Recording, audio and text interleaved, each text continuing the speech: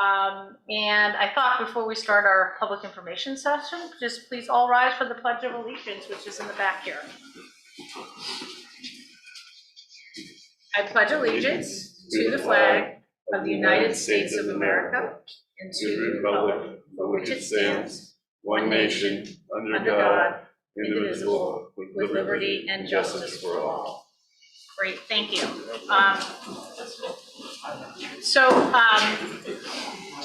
For people here in person, we're doing this as a hybrid meeting. So we also are broadcasting this through YouTube and through Zoom, so people from home.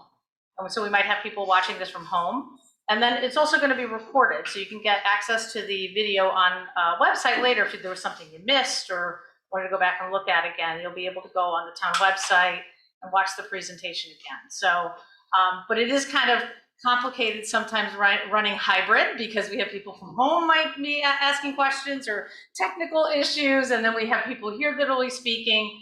But I do ask that questions will come at the end of the presentation, and we have a couple different speakers here with us today, so please be patient, and we will certainly allow time for questions. And then also you can email, they were going to set up something on the website. If it's not done yet, you can email questions just to my office, and we'll make sure if you didn't want to ask a question in a public setting, you can easily email any kind of details or questions to my office, and we'll make sure we get you a response as quickly as we can.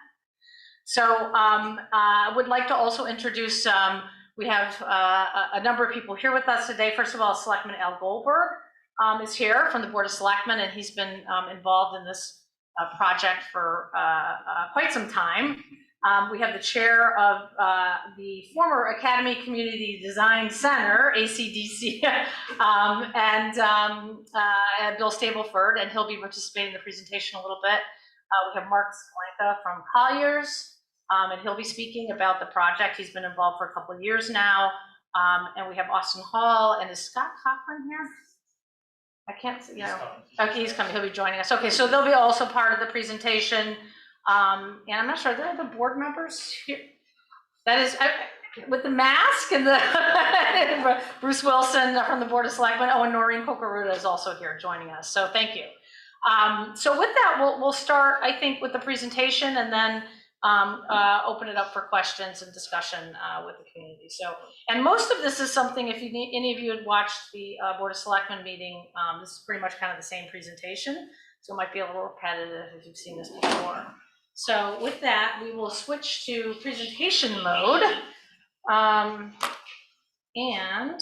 we'll open it with, oh wait, I can control this, right? So, okay, that didn't work. Might not be able to when it's shared like that, maybe. Yeah, I think you can. Oh, because it's shared? Yep. Oh, did it work, or was that you? I got it. Okay. All right, anyways, why are we here? Obviously, we're here to talk about a really exciting opportunity that can transform our downtown in Madison. I think today I'm going to talk a little bit about the history of this project, give an overview of the proposal, the community center design proposal, which will be going to referendum hopefully in February, and then finally talk about what it means to Madison, which is really what this is a transformational opportunity for our town.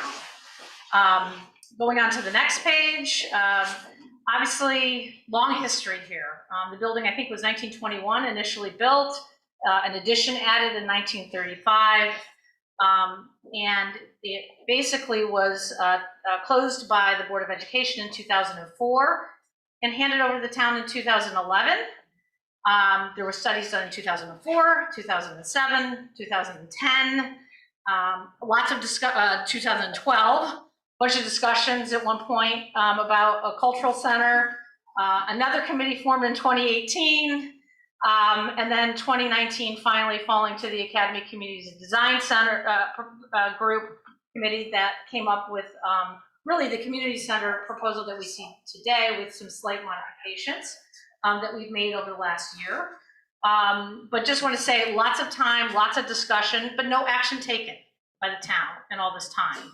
And so now we really want to bring this to the public for a vote so they can vote on this option that is we're presenting today. Leading up to the proposal, let me just talk a little bit about the Academy Community Design, ACDC. I can't keep it all straight. And I thought, Bill, if you just want to talk a minute about the origins came out of a public opinion poll that was done in 2018. And then out of that, the most favorable choice through the survey was to transform this into a community center, and then this Bill's committee was formed. So I don't want to spend 1 second on that. Yeah. Yes, that evolved from committee prior to ours was the Academy Study Committee led by Catherine Hunter, who is here, and they led into the Great Blue Poll, which took place in November and December of 2018. The results of that showed that the community strongly favored the use of this building for a community center rather than any other commercial or town entity. Then, as a result of that, the Board of Selectmen created the Ad Hoc Academy Community Center Design Committee, the ACCD, in February of 2019. We first met in March and presented our first report in April of 2019, the results of some of which you will see today. And then later by July, we presented data and information about construction costs, for potential offsets to construction costs, and the same with operational costs and potential revenues generated. Later by 2020, the late Dick Pissarro and I prepared a report which is on the town website, the potential economic benefits of a community center to downtown Madison. Then COVID hit. Well, exactly. So if you go on to the next slide, I think, so the intention back in 2020 was the Board of Selectmen was moving forward with the community center proposal to take to referendum in October of 2020. And then unfortunately, COVID hit in March, and I think there was a lot of reflection about economic uncertainty. Does it make sense to go out to referendum? We were also looking at the school plan as well during 2020. And so the decision was to rescind that, step back. Remember, no one could get together. No one could think about community spaces at that time. So, but in the meantime, we did use that time to be productive. And the town actually moved forward on a townwide facilities assessment and audit to look at our space needs and the quality of our spaces and any investment that was going to be required to go into our different facilities. And so that study was launched in 2020, and a final report was issued in 2021, February 2021. And then out of that, there was a number of needs identified by different town departments. And we thought now, earlier this year, we were ready to go back out with these referendum projects. Now that we had kind of come through and vaccinations started happening, it's only kind of remarkable to think that that was just this year. I mean, it seems like, you know, a decade ago, and here we are today, vaccinated and able to get together in person. And so the board decided, you know, to bring this topic up. So I actually formed a kind of working group and involved Bill Stableford because of the work he'd done on his committee. Selectman Al Goldberg was involved. We got Colliers back involved. And then because of what had come out of the townwide facilities study, we started looking at what town departments possibly could we use the community center to address needs for the town departments. That had been discussed a little bit 2 years ago. Some ideas had been floated around, and so we kind of took it to the next level and actually looked at 2 departments and how much space they could use in the facility to solve some problems that the town had in terms of space. And so that proposal worked its way through the last couple of months, and then the end of November, the Board of Selectmen voted to move forward with this community center proposal that we're talking about now to bring to the voters in February. So if we go to the next page, what's different? As I mentioned, we had a working group formed this summer, and then we identified really just 2 departments that we thought would be a good fit with Academy because they're programming oriented, a lot of public interface. One was Madison Youth and Family Services, who has been struggling with their space. They currently have less than, I think, 3,000 square feet that they're using. And we have multiple studies that they need at least double that to really accommodate the types of programming that they do and the needs that they have. And in order to do that in their own building, There was a whole project estimate put together that could be north of $2 million that would have to be invested in their building to allow for their space needs. So we thought that's a good candidate to put into the community center. Also, they do a lot of youth programming, so it seemed like a real natural fit to put them in Academy. The other is Beach and Rec, because once again, Beach and Rec does a lot of outward programming for the community, and so it made sense to move their offices, which would then free up space in town campus, where we're kind of bursting at the seams right now in town hall. And this gave the opportunity to free up that space for other town uses. So together between Youth and Family Services and Beach and Rec, that's about 7,000 square feet out of, 40,000 plus square footage of building. It's a large building. And so we feel there's still adequate community space, but we're also addressing some important space needs for town government. The other things that change is the cost went up. We know construction costs, everybody's familiar with what's been happening out there in the marketplace. So there's just natural escalation because of construction costs. Also converting some things to office creates a little bit more costs. And then we also, after the board deliberated about this, we actually put into the project budget the ability to put a geothermal system into this building, which was not originally part of the budget. The idea was to go after grants to do that, but I know some of our board members thought it was important to put that in the actual budget. So we added that, and that rose the price from a $14 million to about $15.9 million. The 14 was what was estimated in 2019. I will say that some of that was learnings about the library, because the library, it's been a huge success story with what they've done with geothermal there in that building. And so we thought, all agreed that that was a great idea to roll it into the plan for this project. Next slide, basically the municipal issues, as I mentioned, is just the DRA a review, and then we identified, Youth and Family Services and Beach and Rec as good candidates to move into this building.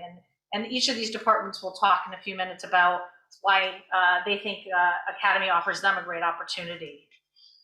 So I'm going to turn this over next just so we can talk a little bit about the layout and the space usage. I'll turn it over to Colliers, who put together kind of the design plan for the building, and then had updated it and the project costs and everything. So I'll let Mark Sklenka come up and talk for a few minutes.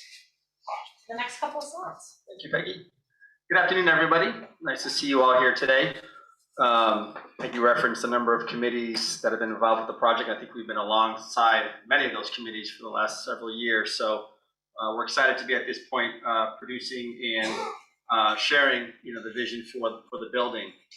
So what you see right here on the screen right now is just a breakdown of the square footage of the building itself. As Peggy referenced, it's a 43,000 plus square foot net building. When it's gross to include all the walls and the outside of the walls and whatnot, it's roughly 53,000 square feet.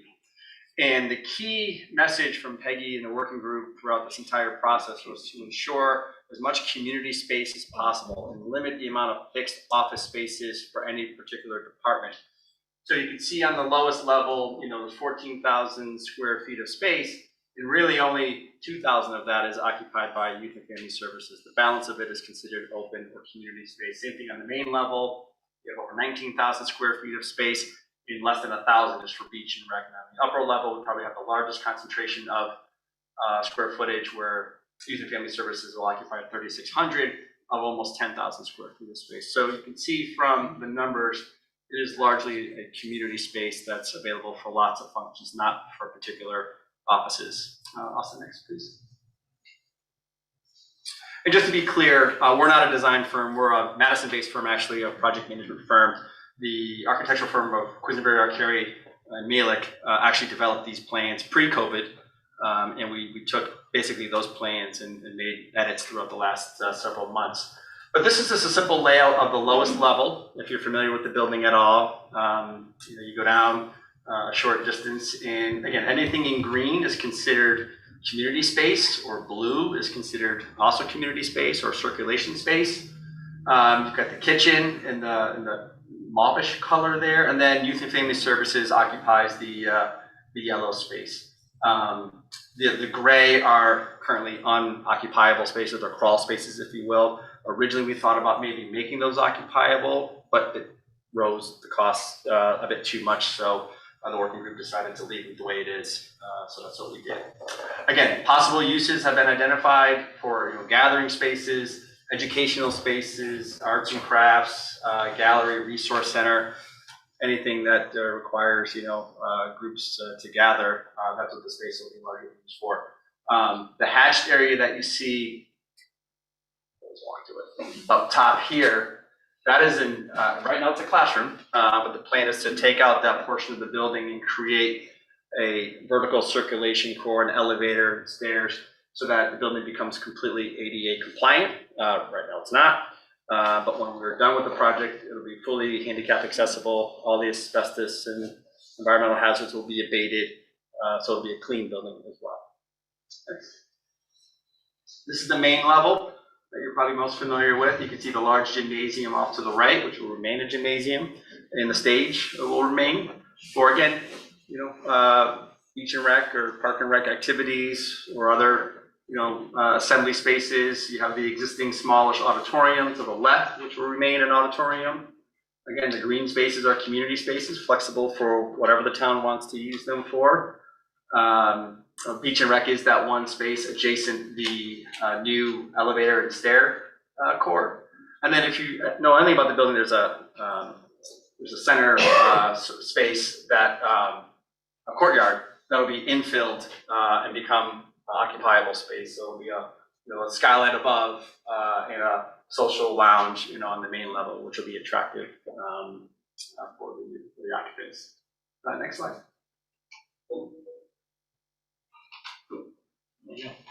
One more.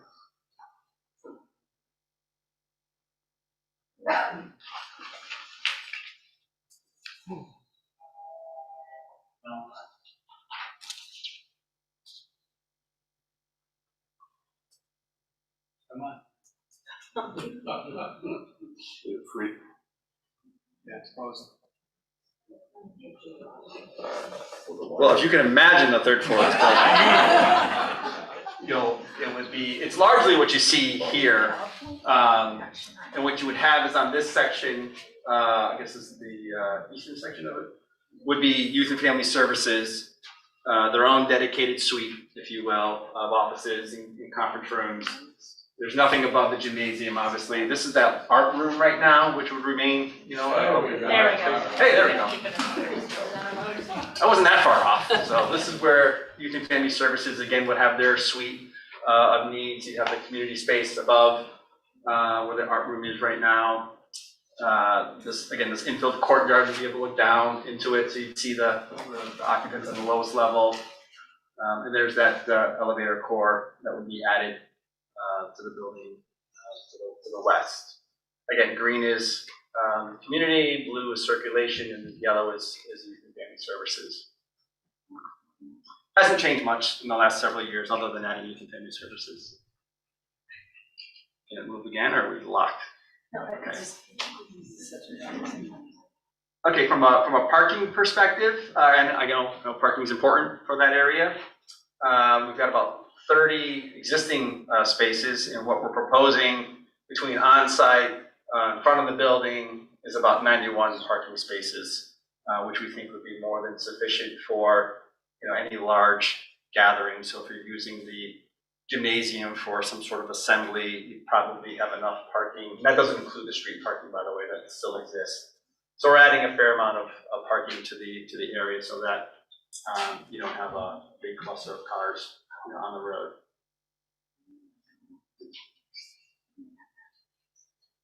Okay, great. All right, thank you. Sorry, we're still futzing around with this, but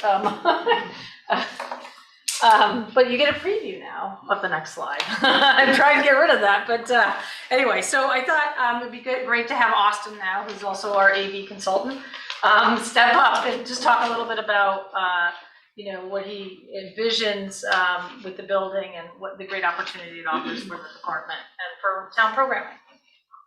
Everyone, thanks for coming today. Appreciate you coming out to the senior center. So Beach and Rec really only has one programming space, indoor programming space, which is the town campus gym, which is extremely multi-purpose, and as all rooms are. So to move or to have an additional space such as Academy would allow us to expand our offerings 100-fold as to what we do now. So we just did a survey of Beach and Rec participants, or anybody in town could have participated in the survey, looking at what we're not doing that people want us to offer. And we don't have the room to do the activities that people want now.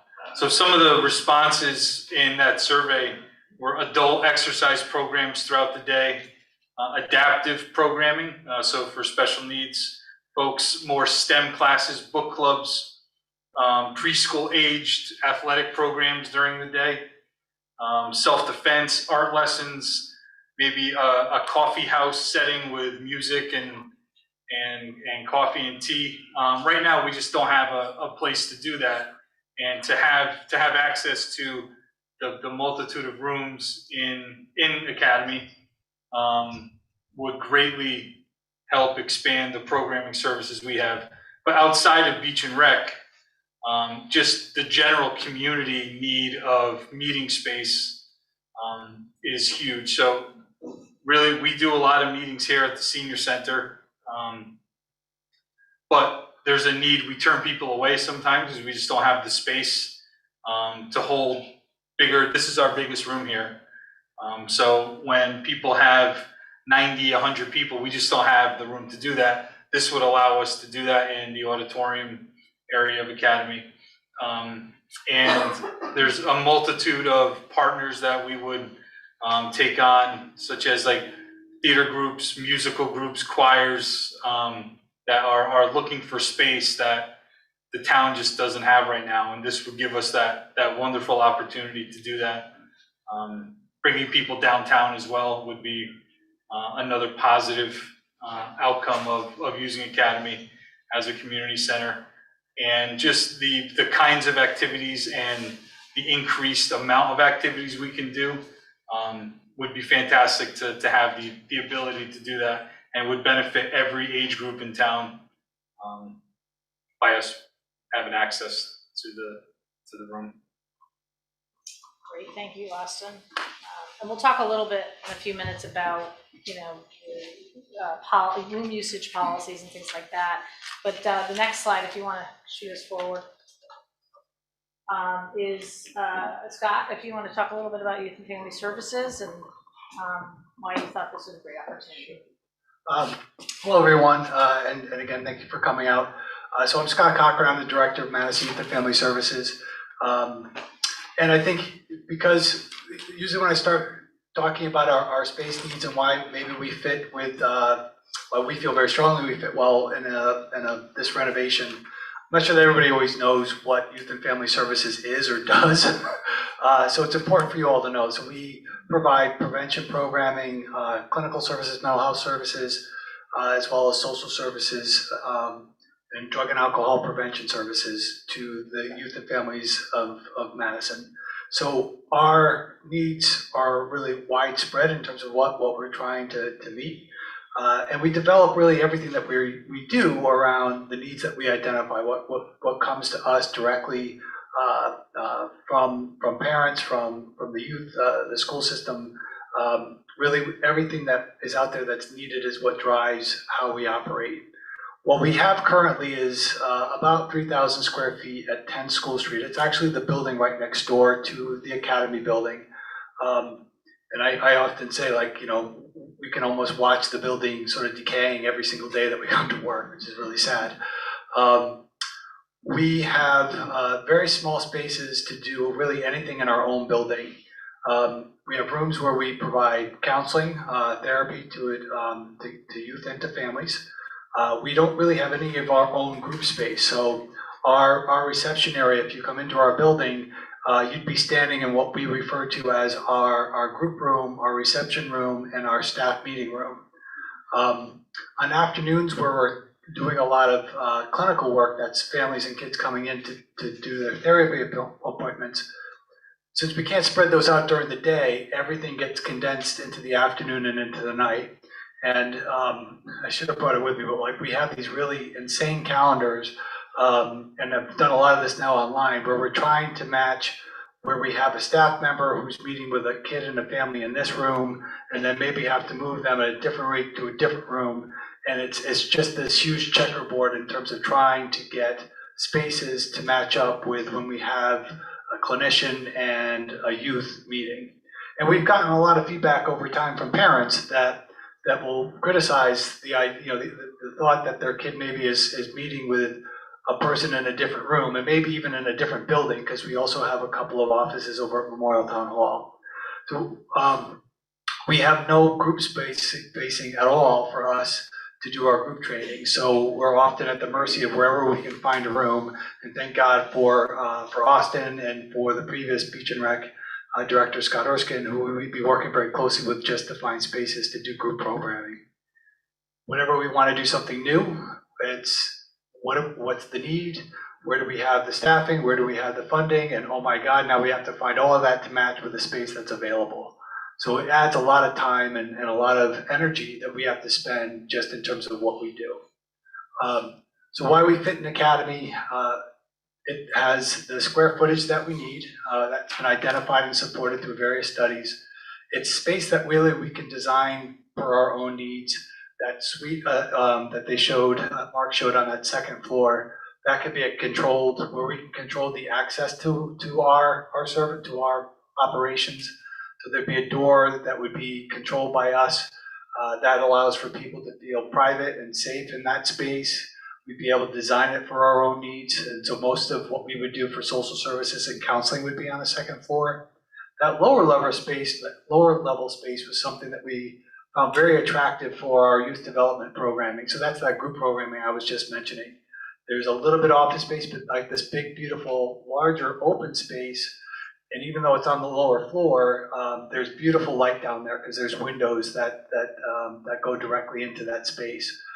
So we had our group programming staff that got really excited about that lower level because it allowed them to have a controlled space where we could do trainings, we could do youth groups, we could do a lot of different things.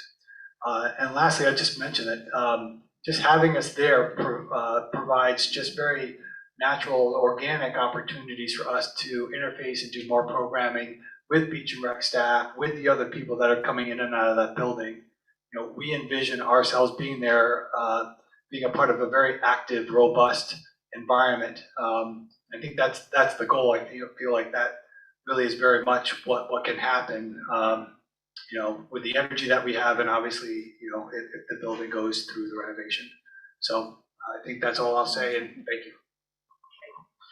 Thank you, Scott. Next item, and I will say, I think one of the key things is just walking through the building, you start to appreciate the space. And that's something I think Scott found as he walked through it and his staff walked through it about a lot of the potential that's there. I know for me, I've been through the building twice, once when I first got elected, and then I came back and looked at it again in September, I think, toured it again, and it just kind of reconfirmed the incredible space. Because we sit in this room with these big windows, and that's what you have in Academy. You have this bright, airy space to work with. So it's important to kind of tour that space and really get a sense of it.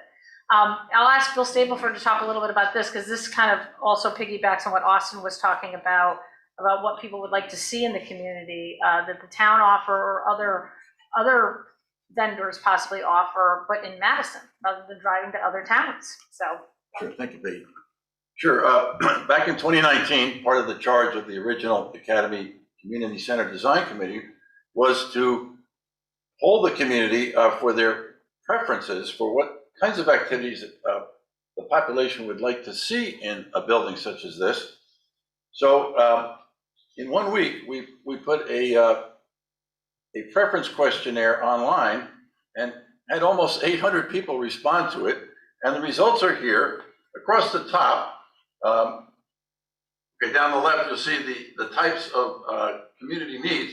Across the top was the percentages of people who rated it very important, fairly important, important, somewhat important, not important, and no opinion. If you look down the left-hand column and the right-hand column, you'll see that far and above the highest priority, people want social space. this was even pre-COVID, before we were all isolated. People have a need to gather, to socialize, to meet each other in spontaneous ways. Below that, you'll see numbers 2, 3, 4, heavily oriented towards arts, music, theater space. This is an upscale community. There are a lot of sophisticated people here who, for themselves and for their children, want theater arts, performing arts, music lessons. Below that comes educational space. There's some possibility that we could recruit adult education courses from nearby colleges and universities to come in and teach adult ed. We know that from what Austin said, the gym and the auditorium space would be a big draw. There are a lot of youth athletic groups in town that are looking for indoor space in the winter for preseason training. Youth basketball is, we know, is already jammed to the gills. They could make use of this gymnasium.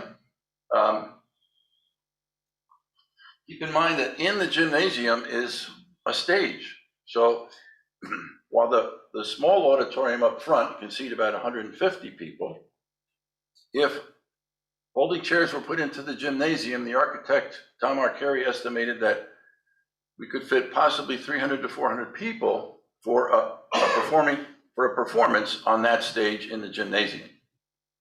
In a little while, we'll get into the economics of that. Kitchen space, there would be a full commercial kitchen. I've spent a lot of time, I have a foothold in Guilford. I've spent a lot of time in the Guilford Community Center, where the commercial kitchen provides meals. The senior program is included there, provides meals for seniors, both breakfast and lunch. And there's been a lot of events that involve the community kitchen in the Guilford Community Center, and it gets a lot of use. We had people requesting classes in culinary arts. Again, meeting room space, always a need for that. Commercial market space, that's an idea. And then business space, businesses could use the Academy Community Center for group meetings, professional development, business expos. The sky's the limit, and those would also potentially be revenue generators. Thank you, Peg. Just next slide just talks a little bit about, go back one. This just talks a little bit about some of the revenue and then the operating costs. The revenue, I think, is something that is going to, how we structure the fee scales, what the balance is going to be between outside organizations and town organizations. And I know there was concern that, is this just going to be all town programming? And I think probably not. I think this is going to be a decision made by a committee that would be endorsed by the Board of Selectmen of ultimately what the room usage policies would be and what the pricing would be for that. So we would have different kind of pricing tiers. And then you have to look at theater space versus differently than just, arts and crafts rooms.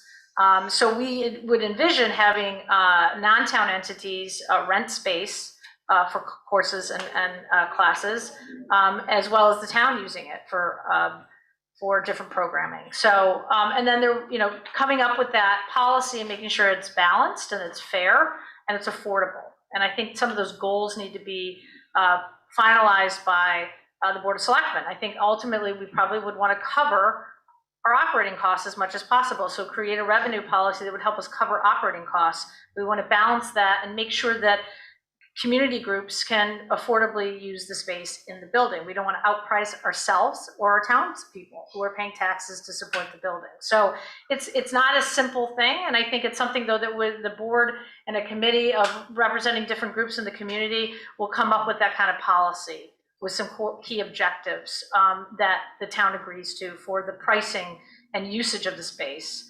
But clearly it's laid out in its mission as a community center. And we've talked about all the different opportunities to use the room space for arts and culture and education.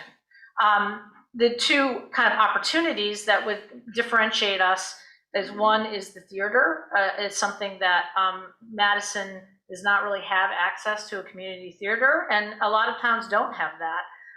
And that would be something attractive that would have demand from outside groups outside of Madison, as well as and also youth theater. We don't have any kind of youth theater that we offer to our community. And I know as a parent, we're always driving to other towns for performances, for music performances or for theater performances, and those programs are all being run in other towns out of other facilities because the town here doesn't have that.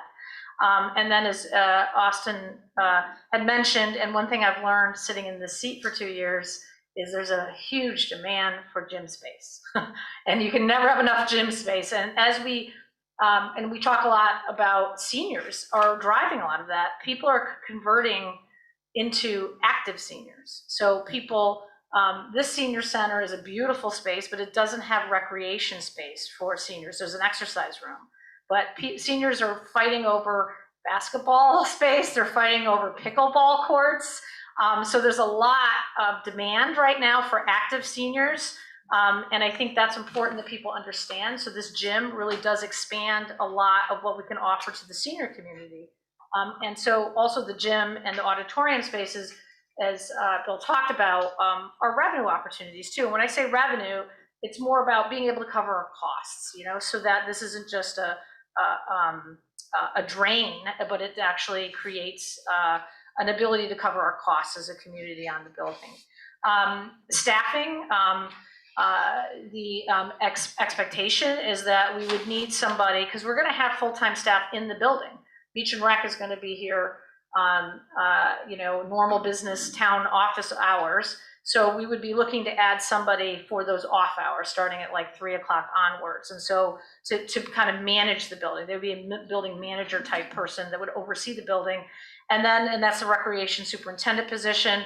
And then we would need, it's going to be a large facility, we're going to need custodial services. And that's going to be important, especially as we learned through managing different spaces.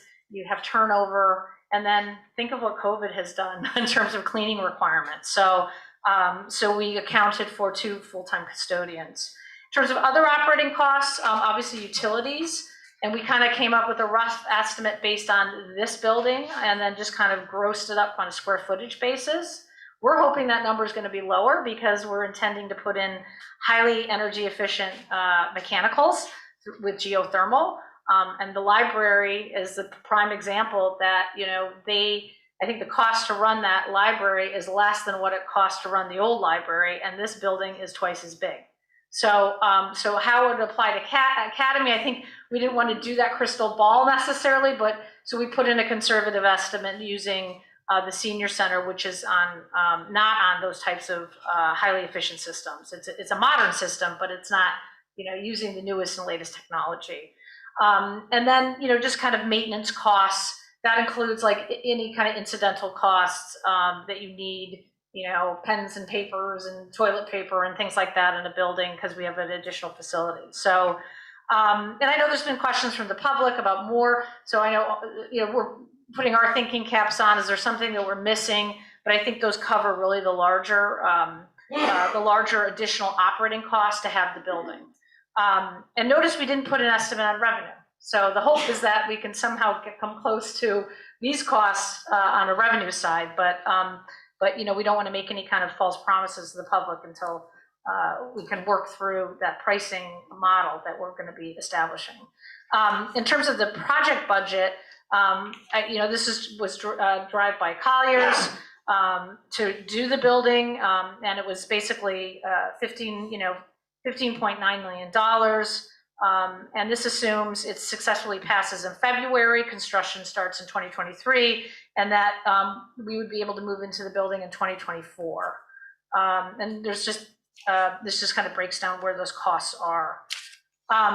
Now, in terms of what I know a lot of people are concerned about is what does this mean for the taxpayer? And so this is kind of how the average annual cost over this would be paid for by bonding. Our hope is to go out and get a lot of grants, but the numbers here reflect, assuming we get no grants to offset the cost, we'd be bonding for $15.9 million. And that would be spread out over the life of the bonds.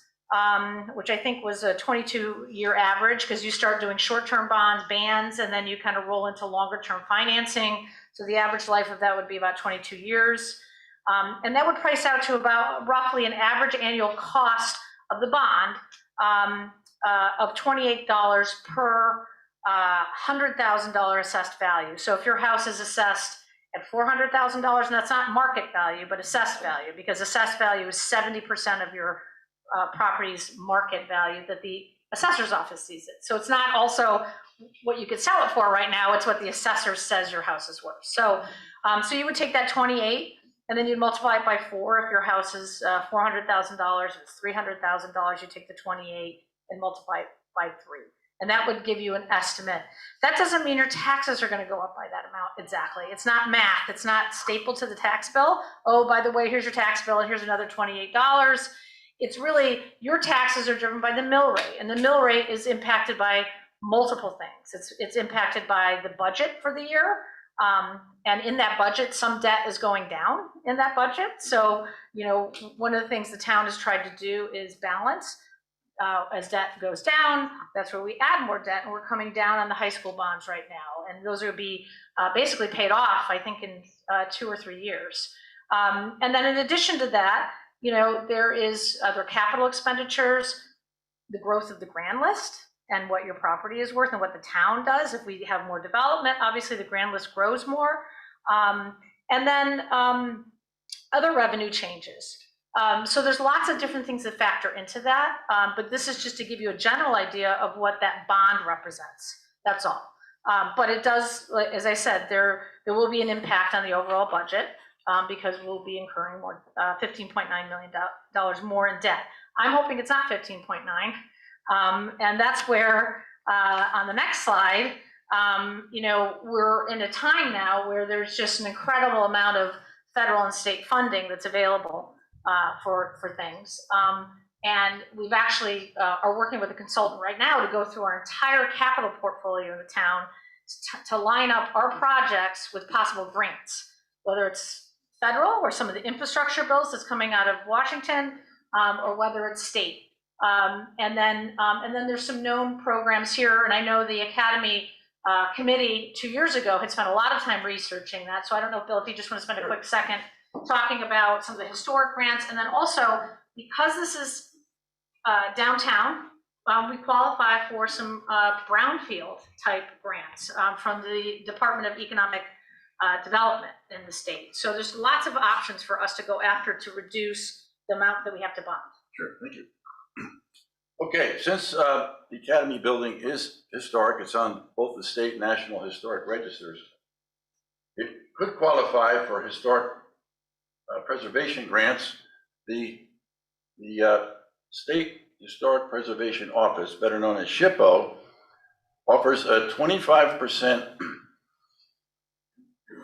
tax credit for historic renovation. That's only for the construction costs.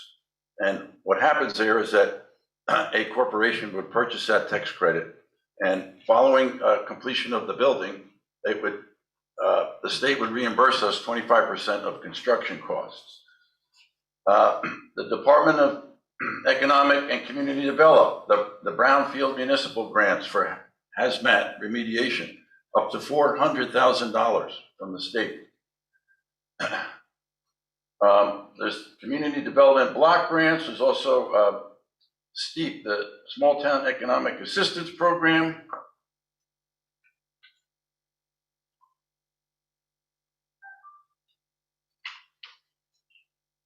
That could be up to $500,000. And that's based on historically. I will say there's more money being allocated by the state to a lot of these great grant programs now. So the potential could even be higher for some of these. The Historic Restoration Fund grant, up to $100,000.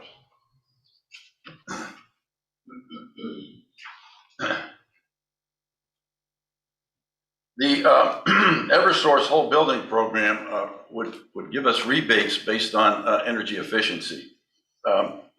We've consulted the green energy guru in town is Lee Weiss, We consulted with him back in 2019. I've spoken with him recently. There's a whole array of rebates and reimbursements and grants that could potentially be available. We're looking at a ground source heat pump and photovoltaic cells on the roof for electricity. Exactly what was implemented at the Scranton Library. Originally, Woody said that the projection was that the green energy programs at the library would pay for themselves in 10 years.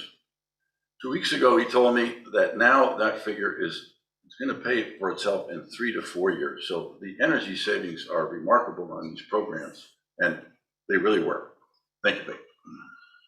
And I think just to also point out that the town has been very successful in getting grants for other projects. And Noreen Kokoruda, as our state representative, knows that well. The town has received steep grants, multiple steep grants, especially for the downtown center project. We just received state bonding revenue for the plant for the Garvin Point restoration to redo the bulkhead. So that just came in this year. That was $750,000. The library had received additional grants in addition for their building project, and we've received community development block grants. So these are things that are real. And then DECD just announced a whole nother large grant program where this really fits nicely with it. So we're going to try to, if this passes in February, there's another round that we can apply for at the beginning of 2022 to go for that grant. So anyways, so once again, though, we need to plan for the worst, right? And hope for the best. And I think, so we assume that we're going to have to bear the full cost of the project with the hope that we can knock down that $15.9 million, knock that down. So next slide is just in terms of the referendum. Today, we're in our first public information session. The next step in the process for this project is the Board of Finance now needs to do a recommendation to appropriate and bond for this project. The Board of Selectmen already did that in our November meeting. We're having another public information session on January 5th, similar to this. And we may try to squeeze another one in there. We'll just see. It's tough with the holidays and everything, but these are also recorded once again, so people can just watch them at their leisure. And then the Board of Selectmen would take a formal vote on January 11th, which would approve the bonding resolution and send it to town meeting. And then we would have a special town meeting where we would send the entire project to referendum. And this is going to be happening in parallel with the Madison School Renewal Plan. And the idea, obviously we have some votes to get through still, would be to have these on a ballot on February 15th. And then once we hold a referendum, if it passes, we would establish a building committee, just as we've done with all other projects, and get volunteers from the community to work with town officials to put together, the final plans and construction and everything for the project. And then also we would put together a working group to identify the revenue policy that I talked about. And I think that's important so people understand and everybody has a voice on that. About usage for the building.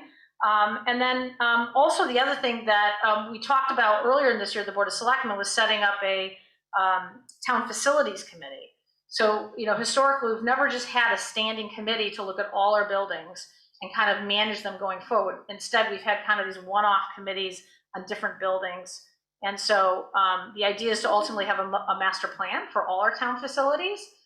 So I'm hoping the Board of Selectmen can then establish this permanent facilities committee, and then we can start looking at, there's a lot of ideas about what to do with Scott Cochran's the Youth and Family Services building, because people ask, well, what are you gonna do with that, right? So there are a lot of different options we can explore, and so that is something that would come in, and that would also happen with any decisions made on the school renewal plan. So we would have a master planning process that we would undergo, to figure out with the rest of the town spaces that we have. So that would all be done in 2022.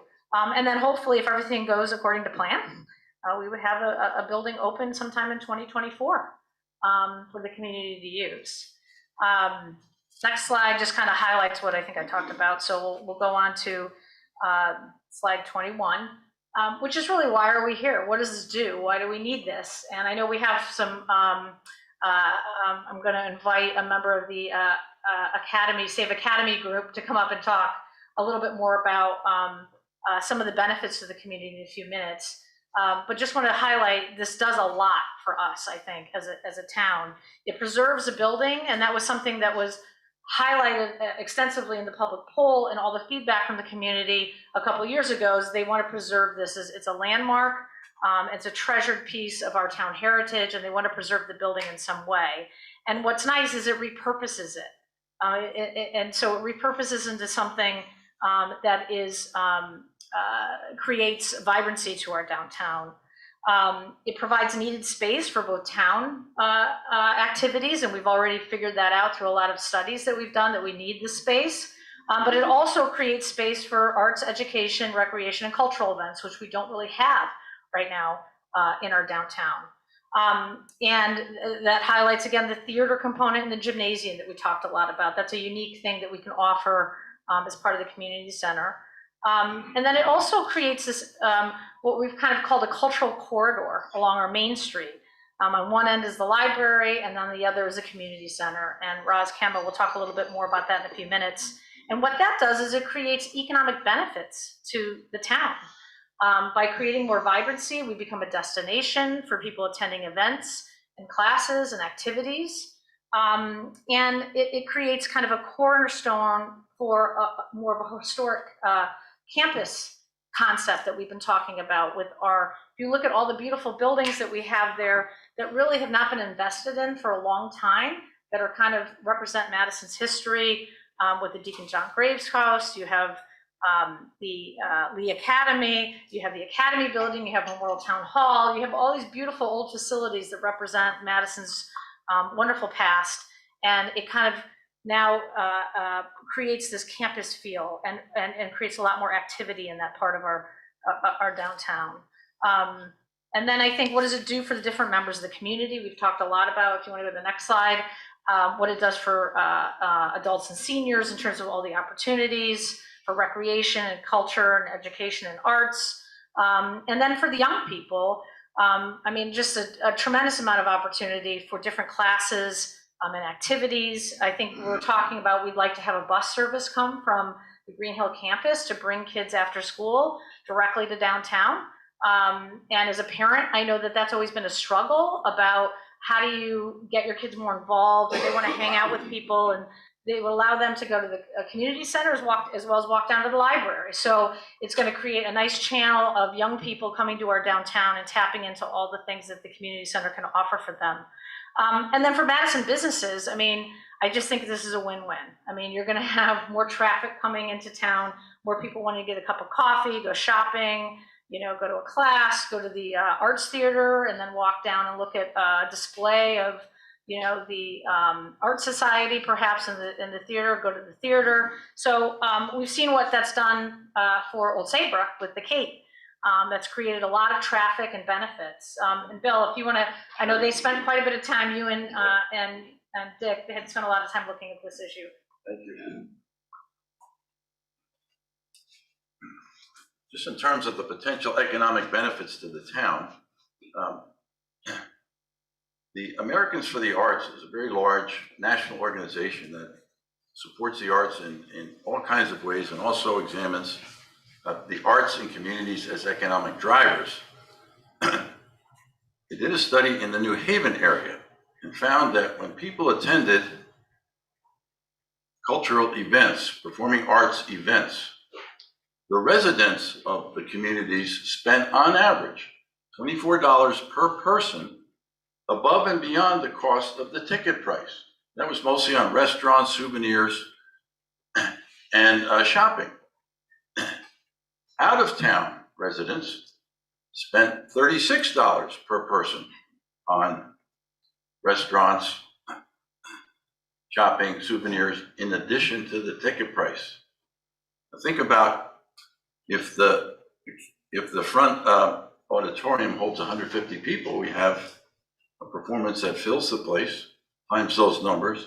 If we get 300 or 400 people in the gymnasium for a performing arts event, And I do want to highlight some data from the Cape in Old Saybrook. I just need to put this down. Oh, yeah. Yeah, excuse me.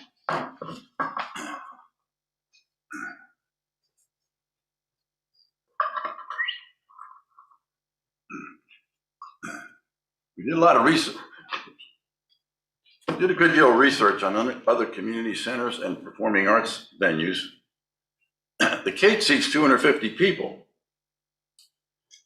It was born after 5 years of renovations to the old town hall at a cost of, back then, $5.7 million. Not everyone supported the project. Some thought it would be only for Friday, Saturday night performances. But in 2018, after 12 years, it offered 280 events, attracting 43,000 visitors, 78% from out of town. Multiply that times $36 per person spending in the community. Carl Fortuna, the first selectman, is quoted as saying, "Try to imagine Main Street without it now. The economic impact the Cape has had is undeniable." It has also been referred to as an economic engine, not only for Old Saybrook, but for the region as a whole, and helps nearby businesses like the many restaurants and shops in town.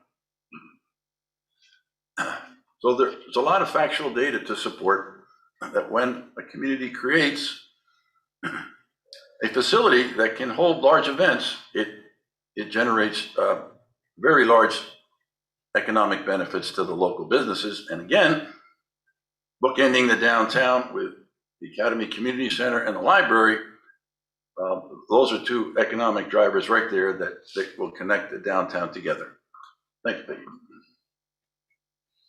Great, thank you. And I would say that what's nice about the size of this is it's a little more manageable. The Cape is a larger, so they tend to get like some of the more higher profile type, arts performances and stuff. Whereas we're kind of in the sweet spot. There's not a lot in this area, and you're going to get you get some higher profile performances at times, which is a great opportunity to sit in a small theater and hear that, but you're also going to be able to meet community needs and regional needs for performance space. So that's something that would be a real attraction, I think. So I think with that, actually, I would like to just end, maybe just go forward on 20 to 24, a visual of what this would do. And this is all about long-term thinking and long-term planning. And I think it's a nice entree for Roz Kama to join us with her discussion about, the impact on our community and looking at how this creates this cultural corridor in our town, the heart of our town. So if that's okay, can I turn it over to Roz, please? And maybe talk a little bit about your background as well, so they put that in context. Hi, everyone. I'm Roz Kama. I have been a member of the Academy Community Center Design Committee for the last year or so. I happen to live on Island Avenue, so this is a building I pass every day, and I think about how important public spaces are, because that's what I do as a professional. I'm an interior designer and design institutional buildings. I don't see my slides. Here they go. Wait, just give him a second. Okay. It's got to get it there. All right. So a lot of what we do is build experiences in public buildings for a lot of variety of folks. So I always start with why. Why do we need to do projects of this sort? And so I'll ask you to answer a question. If you grew up here, why do you stay in Madison? If you moved here, why did you move here? Hold the mic closer. So some of you recognize these boats on the beach down at the surf club. My husband was an avid Hobie Cat sailor. Some of you may know the Red Rooster was legendary in its time. We moved to Madison so we could sail our Hobie Cat. And so this ability to come to a town, many of you probably thought because of the school system, but there's some aspiration to why we choose where we live today. It's not because we were born here and our whole family's here. Many things drive us. And in committee and in the multiple discussions that we had, sort of looking at the pros and cons for renovating this amazing building, the whole point was We want our citizens to live well in this community. So the next slide shows this book-ended conversation that was an aha moment we had in conversation. We were investing in the eastern end of town with the library, a lot of wonderful resources happening at that end. Wall Street was becoming more vibrant. You come through town, and at night, as I come home every night, it's dark here. It is a quiet part of town, but the vibrancy of the natural resources that we have with the green and all the open space. And then as this campus started to build, it became apparent that what we would do in revitalizing the Academy School is to bookend the town. So what a great opportunity to bring people and bring life and a lot of pedestrian traffic between the two. So in the next slide, I don't know how many of you are aware, but just go on our website, madisonct.org, and look at the good work that a strategic planning put together, outlining and almost holding Peggy and her team feet to a fire to build this mission, this promise of who we are as a town and what we offer the rest of us as citizens. And so it almost is a roadmap. It's improving a quality of life. And if you begin to understand what I do for a living, is making this connection between our built environment and quality of life, but not just doing it for school-age children or seniors, which I've now graduated to, but for all folk, to create this opportunity to have these resources. The promise for schools, is it really a promise for schools, or is it really lifelong learning? Is it spectacular natural resources? It's not just the beach in Madison. It's all of this beautiful open space. Responsiveness to public services, so bringing both beach and rec and family and youth services as sort of the guidepost to welcoming people in. Bill talked about responsible economic development and preserving this New England character. If you haven't been in the building, it's just legendary education for the way many, at least at my age, were educated. It's a building that has pensive spaces, but open spaces. And so there's an opportunity for many to feel comfortable, whether you participate or not. And it definitely invests in our future. So next slide. So one of the things I wanted to do, and without looking at a complex building, if you think about public facilities, and some of them, I think of libraries, I think of hospitals, I think of our fire station, I think of, these buildings that you just take for granted. Some of them may you never use, but for those that you do, to know they're here. So for instance, this wonderful senior center, you drive by it, it's here. There's no threat. So at the first level, you're enticed and welcomed. At the second level, you can walk into a building and connect. Someone said, I think it was you, Bill, that the majority of people who responded to our questionnaire said they just want to socially connect with people. So the ability to come in, there will be public spaces. You don't have to take class. You don't have to bounce a basketball. You can just walk into the building. The third is that there will be people who can guide you through those services. So as you arrive, it is curated. You'll have opportunity to know how to connect to those services, either offered there or elsewhere throughout our community. Fourth is that you can drop in, do an event like this, come once and leave. And the last is you can actually engage.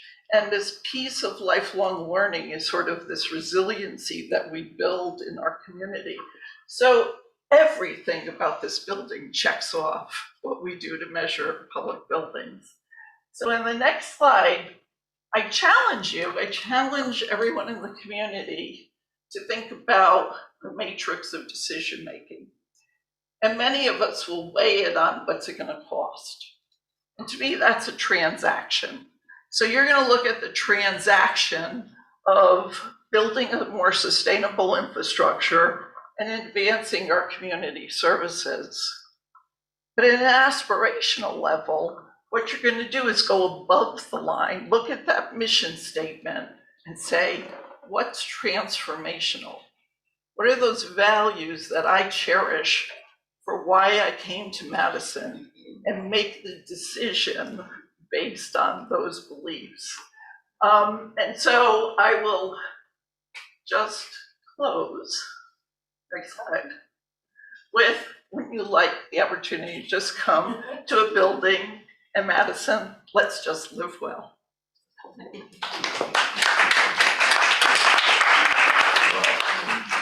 Thank you. I think I should just let Roz do the presentation from now on. So maybe we should start with this, and then we could get. I'm all about facts and figures and details, and obviously it's important to think about this. Is, as we know with the senior center, these buildings have a life in them.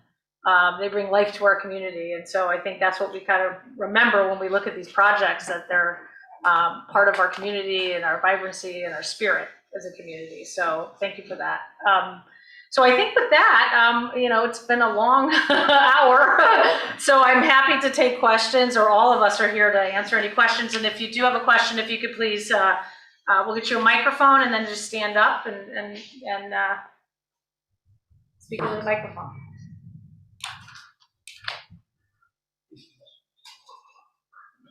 Hi, my name is Jane Aaronworth. I've been in that for a number of years. This is a wonderful presentation and a nice sales job.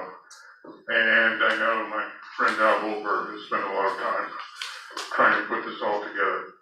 But I think we have to, unfortunately, look at the other side of the coin. And there's a very significant other side of the coin here.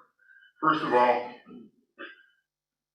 some of the stuff that's been presented isn't exactly 100% true. For instance, the whole Blue Horizon thing was said that there was overwhelming support by the community for the community center. It's not true. Blue Horizon, we originally put together 7 different proposals for the space. I think Blue Horizon asked about 4 different questions. There was no question asked, do you want a community center or do you want to sell the property? There was 3 separate proposals to sell the property, each of which got support. But the community center support, I believe, was in the mid-30s. It wasn't an overwhelming. That was a number of years ago, right? That was before we knew anything about the whole school proposal. Now, the school proposal, a couple of weeks ago, I went to that meeting. They want 89 million in bonding.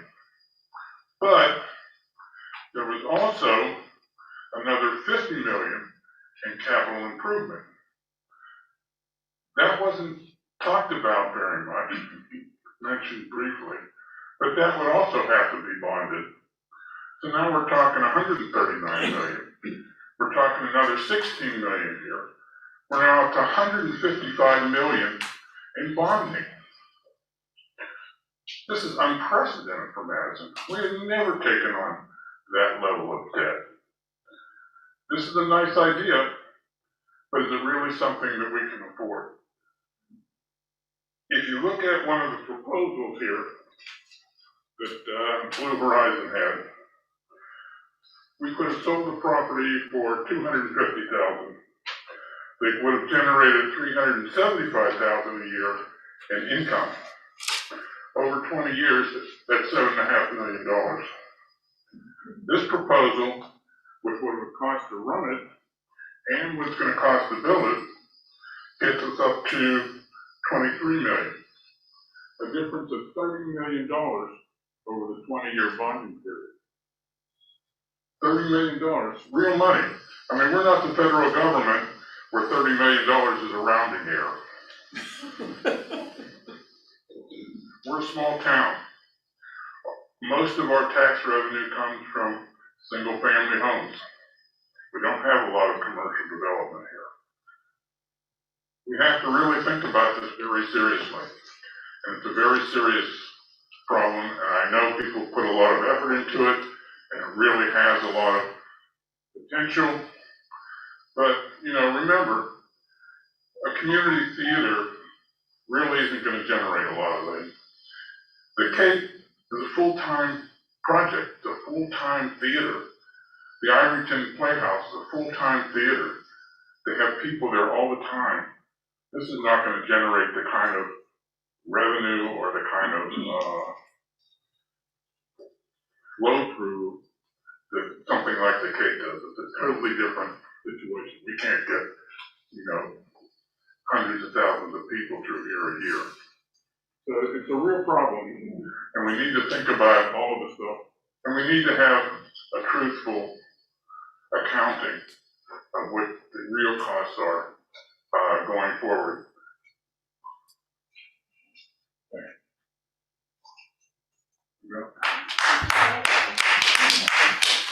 Thank you very much. I just want to make a couple of quick comments. Obviously, this is going to be voted on by the public, right? So school's been closed since 2004.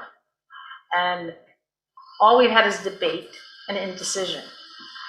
Debate and indecision costs money too. And that's the problem that we've had with the school plan.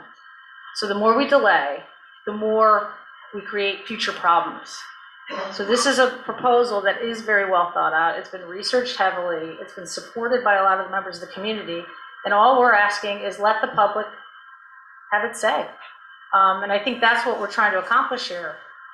You can vote against it, and you clearly are going to vote against it. But I think the goal of this is just to present a real opportunity. This is more information and thought out more than probably anything. I've been in town 15 years, has been presented to the public for a vote. And so I totally respect your views. You're going to vote on a budget every year, and you're going to vote on this, and you're going to vote on the school renewal plan. So it's really the public's decision ultimately. It's not my plan. It's not their plan. It's what the public decides ultimately gets voted on. And so, so I appreciate all that, and I understand we do have a lot of challenges ahead of us. But part of the reason we have these challenges is because we failed to make decisions before. We failed to invest in our community. And that's why there's another 50 million coming possibly on the schools as well, because we didn't spend the appropriate amount of money to maintain and update our facilities. So now we're gonna have to make some more difficult decisions. But I think if we manage this and we have a vision over the next 10 to 15 years, because part of the equation is also keeping Madison at pace with the rest of the state of Connecticut and with our neighboring towns. And that's how we keep our home values up, and that's how we keep economic development happening in the town, is by doing things like this. So if we continue to stagnate and fail to make decisions and move forward, then we're just going to fall further and further behind. So I think that's part of the visioning here today is let's move our town forward and make decisions. And I think everybody has a right to vote yes or no on this, and that's what we're asking for, just to have an opportunity to vote on. This Academy has not had an opportunity to be voted on since 2004. So, but thank you for your comments. So, Peggy, may I just add something to that, because I am a professional. I work in building and construction. I work on hundreds of million-dollar projects. These are real numbers. We worked with real professionals. We had a professional architect. You know, Bill and Dick Pissarro went in and built the business case. Now, you know, what we choose to do, but these are real numbers. There's no playing with the numbers. They're real. okay, can we have another person has their hand raised? So. Different guy. My name is William Buchanan. Excuse me. A lot has changed since 2019. One of the changes is that the state is prodding Madison and other towns to have affordable housing. I know that it's very difficult in Madison, and this would have been an excellent opportunity to have housing that be close to the shopping center, close to the pharmacy. There's many seniors in town that would like to possibly downsize and still stay in Madison. It'd be a great opportunity for them. I'd like to hear your comments on that. Affordable housing is a huge issue, and not just because of the state, but just because it's reality in our state, right? Because people are struggling to find housing, and people in Madison are struggling to find housing, right? So they can stay in here, whether it's downsizing and retiring here or young families moving to town. So yes, affordable housing is important. Is this a possible candidate? It could be the building, but I think that there was a lot of resistance in terms of housing development a couple of years ago when those ideas were discussed, and developers were brought forward. And I will say any project in Madison right now that is labeled as affordable is controversial. We're seeing that right now with things that are going through planning and zoning. So I think that, when we look at all the different decisions we have to make, having a conversation about this as affordable housing in the heart of our downtown, that's going to be a long conversation as well. This project has been thought about and worked through and vetted with the community for several years now. And so that's, once again, the idea is to bring it to a vote so people have an opportunity to vote on it. And then we'll have to step back, and if it doesn't pass, if the community decides that they don't want to repurpose the building as a community center, we'll have to have another conversation about what do we want to do, because there still seems to be an overriding demand in this town to keep this as a historic asset, that they want to have this building preserved. So, and so I think we also have an affordable housing committee that we started, and we have to have a plan. The state is requiring it, and we need to have a plan completed by June of 2022. So that committee is working on that. And I absolutely think it is an important issue. Is this a candidate for that?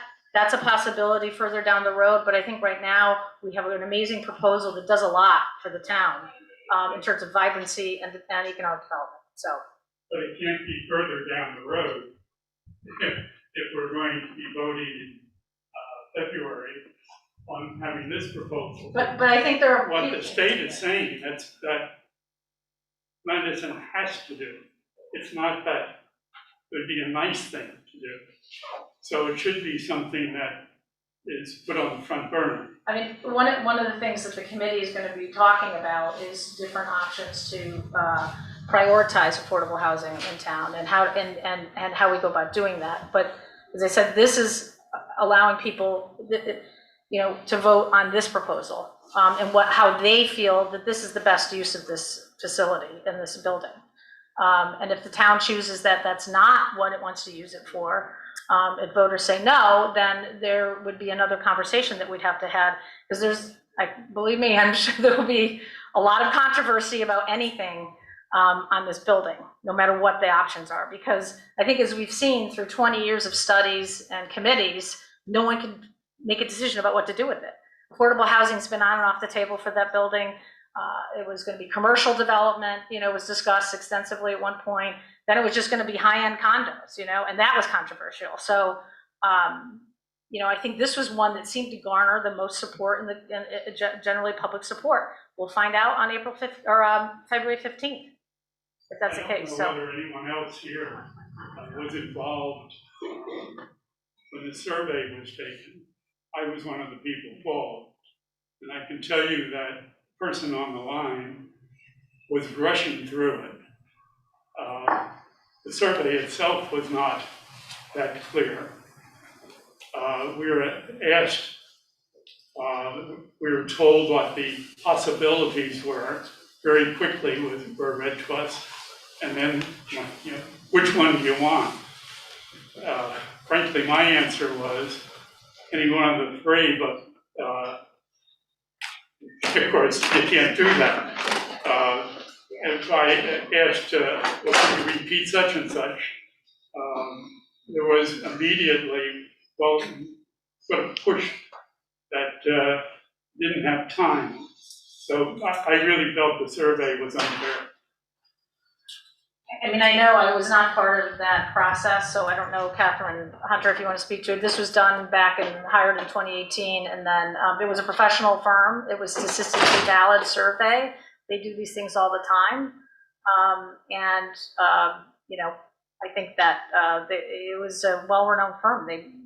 So Catherine, I don't know if you want to weigh in for a minute on the survey. Hi, everyone. I'm Catherine Hunter. Actually, who chaired our committee with Henry Griggs, who's the earlier report. It was my committee. I'd like to say that, but it wasn't.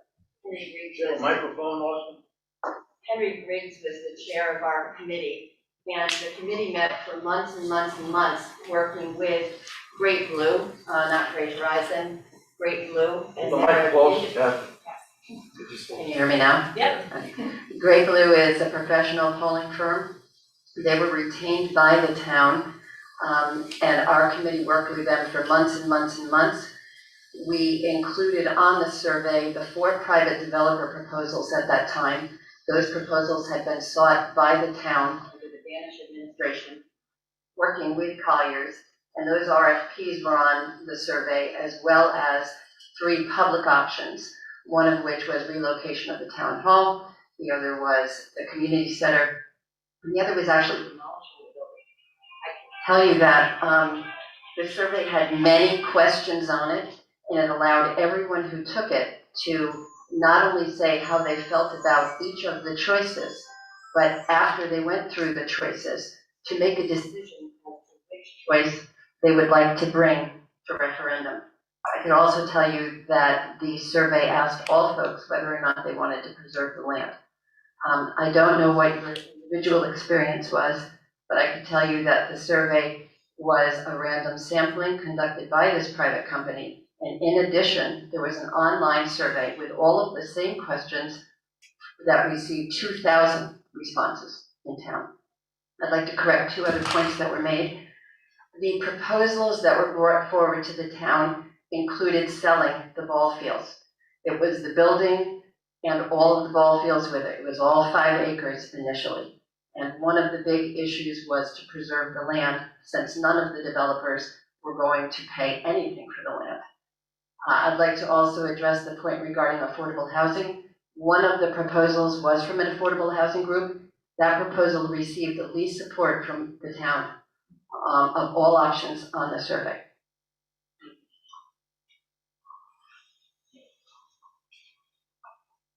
Hi, Donna DeBaldo, been in town about 12 years. My daughter and my grandchildren are here. You don't want to know why I moved to Madison, because it was really taxes, low taxes in the beaches at the time. But obviously there's a lot of other reasons, and I congratulate you all for doing a wonderful job. I don't question this. I think there's a lot of unknowns that go into it that you don't know, although the piece about the operational expense to me isn't figured in. That $28 is without operational cost, because you're assuming you're gonna pay for it, which is the unknown, one of the unknowns I think this gentleman is talking about. But my real concern, I would love to see this, I would love to see a pool. That's one thing I would love to see, for the kids too. But what I'm worried about is voting on this when I don't know what the school plan's gonna be. And you start quadrupling this is exponential, to the point that it might drive me out of town, not be able to fulfill my retirement here. So it's not that I don't appreciate this, it's not that I don't want to raise everyone's quality of life, it's not that I don't believe in what you've done here, or that it isn't a fantastic idea, but there is a reality of the pocketbook. And so that's my concern, you know, a major concern. I guess I don't know, I know it's. I think that the one message that gets lost sometimes, and the school plan is obviously, there's lots of opportunity to learn about the school plan. There's been multiple presentations, a lot of information online. But I want to highlight that there's an opportunity cost if we don't do anything. And we've already are unfortunately paying that cost for not making decisions earlier in our schools. I can appreciate that. And so, no, I'm just saying that, so if we don't do the bonding referendum for the schools, we're gonna pay even more money for old buildings. So it's kind of like, you know, there's a point, you can't just run and hide from these things anymore. You have to make decisions and you have to do that. So you'll have the opportunity to vote. But we're not making decisions together, we're making them separately, so we're gonna vote on this without, but the This other is- point I wanna yeah. say is that one of the best things I think in this point to me that was driven home was you're going to institute a committee that looks at the town, all town facilities. That to me is critical. I don't know why it hasn't been in place for the last 20 or 30 years, and if it had been, we might not be in the position that we're in now. So I really commend you for doing that, and I think it's critical for the future. No, it is, and I think that when you say that we haven't looked at these holistically, we actually have though, in terms of our capital planning and our CIP plan. Both of these projects have been in the capital plan for the last 2 years, and we've been basing projections about other projects, assuming that these would be part of that plan. So, because budgeting is very complicated, and I come to the private sector, and I worked in finance for 17 years, and for to forecast, it would take so many different things that you'd have to forecast to show the impact, like you said, of the costs layered into it, and try to isolate it to this, because it's very complicated. So I think that's why the town focuses on the bonds, at least, because that's what you're voting on in the vote. You're not voting on future budgets, you're voting on authorizing the town to go out and issue bonds. Right, but in the real world, a person, the average taxpayer that's looking at this doesn't know, like you said here, $28 Right. for Right. $400,000. Right. They're not seeing the Cochran. When I've been to meetings on school, Yeah. many Yeah. meetings on school, I was a principal, so I know, Yeah. I know about budget. Yeah. So it's just that I think if it was black and white, it might look a little bit bad. Well, but when you say black or white, I mean, you're forecasting. The bond is a certainty, but we're still estimating the interest, right? We don't even know what we're going to get when we go to bond. So the bonding amount is a certainty, because that's what we're going to be committing to, maximum. But that's not even certain, because the school plan, for example, you'll have to vote on $89.2 million, but they know they're pretty much going to get 18% of that back from the state.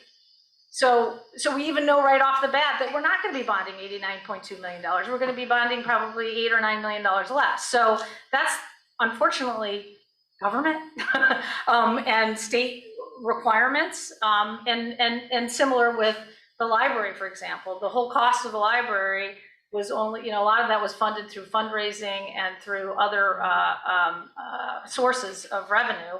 And so that's with Academy, 15.9 million.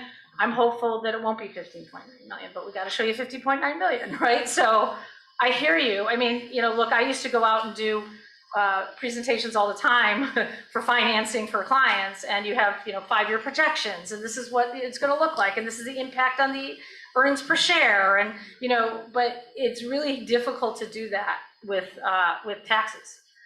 It's very difficult to do that, to do projections out for multiple years. So the town does it internally, looking at a certain capital plan.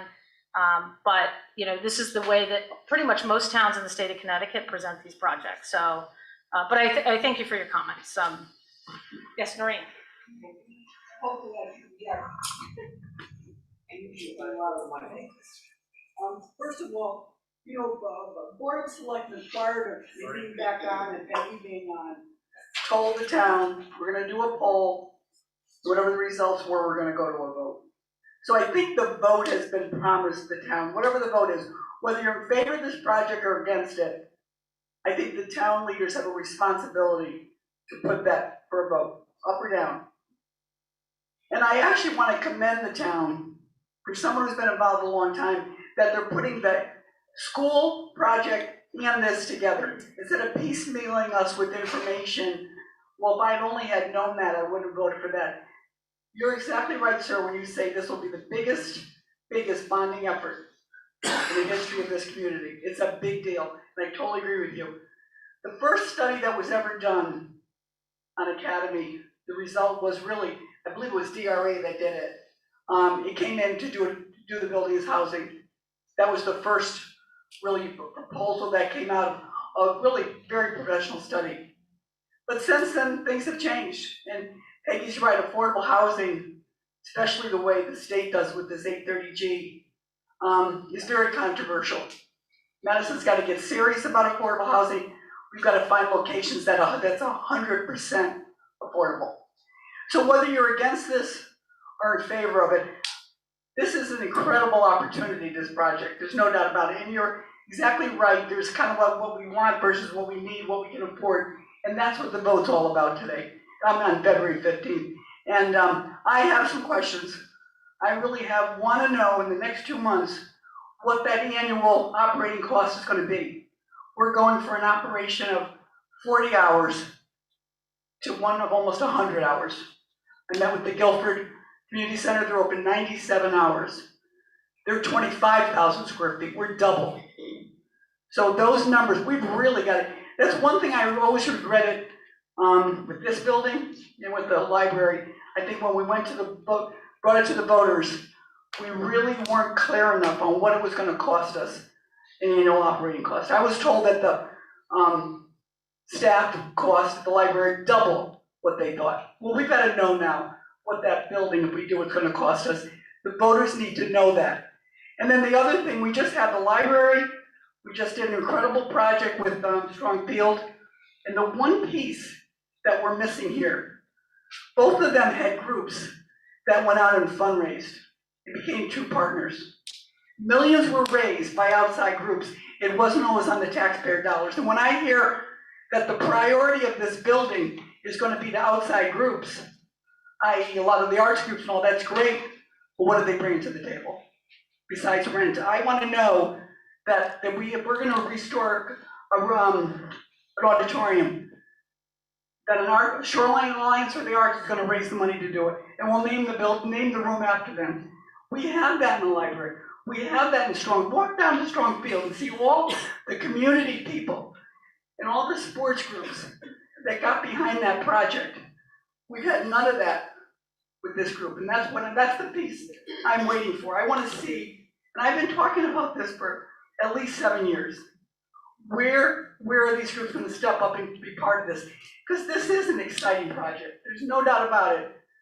But you're right, it's a lot of money at a time when our schools have to take priority. So how I'm going to vote, I want that information I just told you about, the way I'm going to vote. I want to commend Peggy for bringing this to the voters, because that's what previous boards promised. Up or down, whatever it is, let's vote on it. And I think the voters deserve it, and I commend you, or whoever did it, Peggy, putting both of these votes together, because it's a big decision for every one of us, for sure.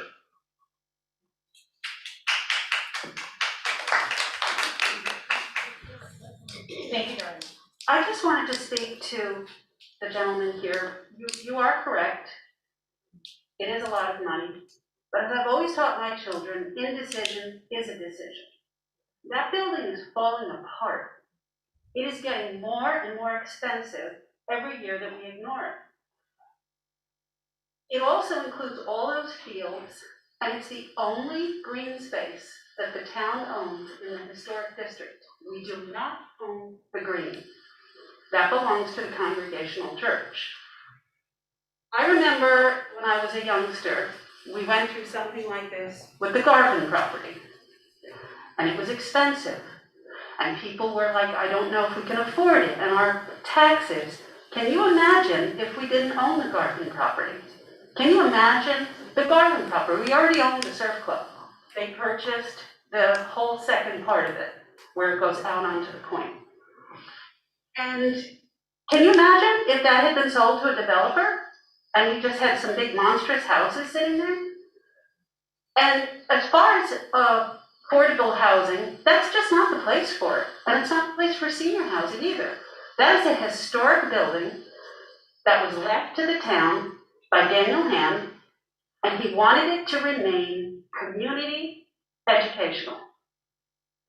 And even if we could do something else, should we? That's what he wanted. And this fulfills all of those promises. And I think you're right. It's not going to bring in the money that the cake does if we don't build it. But who knows what we can bring in?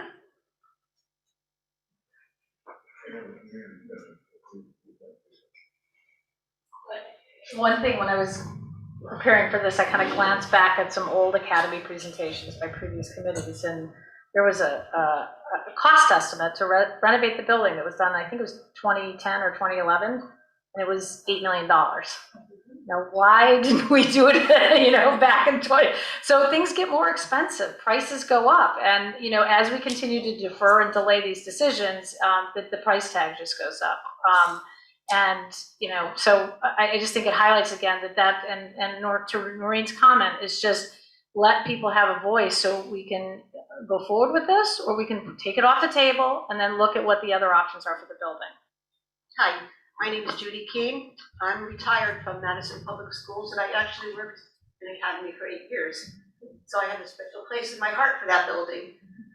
I just wondered if the possibility has ever been explored to renovate the building to make it a school again, instead of purchasing the Jensen property and then building that new Jeffrey School building. I think years ago, that's what the Board of Education spent a lot of time doing. They opted in 2004 that it just wasn't going to be adequate. There's a lot of standards nowadays for schools that are different than what were then. And so once they turned it over to the town, it really kind of really removed the opportunity to turn it back into a public school. And that's what, I've been told all along, that there's no way to accommodate the needs that we have with the location, the amount of land that it sits on, and then, what would need to be done to the building to make it fit school standards for today. Well, just listening to the proposal, it said you have 53,000 square feet there that could be used. And I'm wondering, isn't that enough to put enough classrooms in there, and there's a gym, there was a library, and all those things are there already.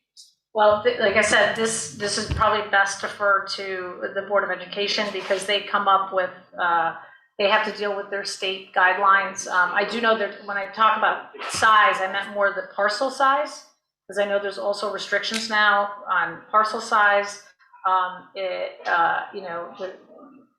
I'm not the expert, but that decision was made back in 2004. So, and when they did the current renewal plan, just so you know, it was done through a tri-board committee, Board of Education, Board of Finance, and Board of Selectmen. It's been over a year, and they went through something like 70 different configurations of what they could do with the different buildings to come up with a solution.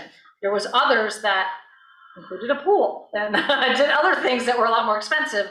They went for the most cost-effective option, and that's the proposal that they're putting on the table now, after that tri-board met for over a year to come up with the option. So the academy piece, like I said, had been decided quite a long time ago.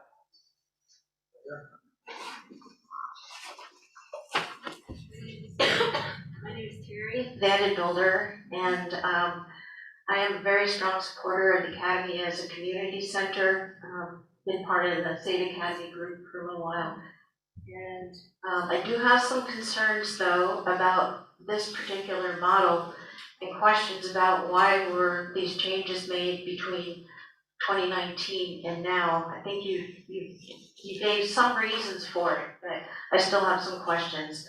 Looking at the proposal for the plan, floor plan use space, it appears that a large portion of the spaces are designated as quote common space, but are actually hallway space and are not rooms that the public or community can use, particularly on the 3rd floor, where Youth and Family Services would occupy a grand majority of the actual room space. Youth and Family Services building at 10 School Street, if it's going to take $2 million to repair that building or build it into something that they can actually use, then what's going to happen with that building? Obviously, it needs to be taken care of, and that's part of this equation. So I think that question needs to be addressed. So if Youth and Family Services and Beach and Rec need more space, if the new school plan is adopted, will one of those old school buildings be available for use for municipal offices? Yes or no? In my opinion, the community center should be a community center for community use and not for municipal offices. That is what came out of the Great Blue survey. It was not to be used for the town offices. And is the referendum, tying into all this, is the referendum on February 15th an up or down vote, assuming that that portion of the building would be used for municipal offices. And lastly, I think the timing is a little bit difficult for a lot of people to have a yes or no vote with the school plan in conjunction with the academy, because I don't think that bodes well for academy. And for that, I'm very disappointed. I know there's no great answer, but I'm really concerned. I want to save that building for community service, community, intergenerational.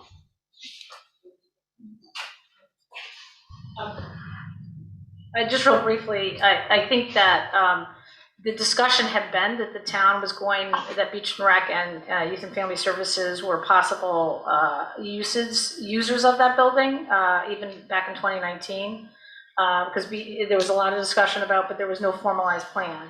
The DRA study, though, I felt created a lot of support for identifying that because of the space needs. And we've heard a lot of talk about taxpayers concerned about all the different projects. And so this kind of addresses some space needs that we have that have to be accommodated at one point. So this was trying to bundle those together and frankly save the town some money. The future of that building, like I said, there's been a lot of creative discussions about what that building could be, and that will be going into a committee, as I've learned. Let's focus on this and making a decision. But I think the one thing I demonstrated when I was elected, we need to make decisions and move on. And that's what we've tried to do with Island Avenue. We don't want to have another academy. We don't want that building sitting there for 15 years. So I'm committed to, moving forward with making decisions with each of our assets once we make these types of changes. So we don't have to have another building sit vacant for a long period of time. That's what the facilities committee will really, its charge is going to be going forward. And I'm sorry if there were some other questions, but I'll Can I know Kevin from speak to something really fast about the new services? Yeah. I just appreciate what you said. Youth and Family Services, we felt like kind of a hot potato over the last 10 years, and this is something anybody who knows me or knows what our department does has heard me say this. We've needed the space for a while. And I think other department heads would probably look at Youth and Family Services as sort of an oddball among municipal services because we are very much immersed in the community. What we're doing every day, several hours of the day, is really just providing services back into the community. So we're using that space, but it's going directly to the purpose of empowering, reinforcing, helping our youth and the people who live here. I just wanted to make that point. If that's well, and I think also that highlights that both you and Beach and Recreation, you're community serving. So this isn't like, we're not taking a tax collector and putting it in there. We're taking departments that actually interact with the community and offer programming. And they would be using, if their offices weren't there, they'd be like, scheduling out programming in those in the building anyway. So it makes it a little more efficient for them. And then it also saves us some cost because now we're gonna have Beach and Rec staff on site, so we don't have to hire people during the day to be in charge of the building. Beach and Rec staff will be there. So that actually helps us a little bit from an operating cost standpoint. So if you revisit that third floor plan, you'll see what portion is left for the community. It's very small. There's a big section of that is totally unusable for community space. It's simply hallways. Well, I think it's always a balance, and I think what we came up with in the square footage basis was, youth and family is 6,000, Beach and Rec is 1,000, and then there's 36,000 square feet. So you're getting into specifics of different rooms, I know, but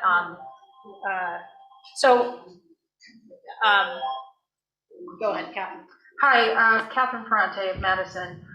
A lot of people have brought up the schools, and I just want to remind everyone that both are a yes or no vote. So it's not like you're locked into voting yes for the schools if you vote yes for the community center or vice versa. You can vote yes or no on either or both or whatever you want. So it's not that the two are necessarily tied together.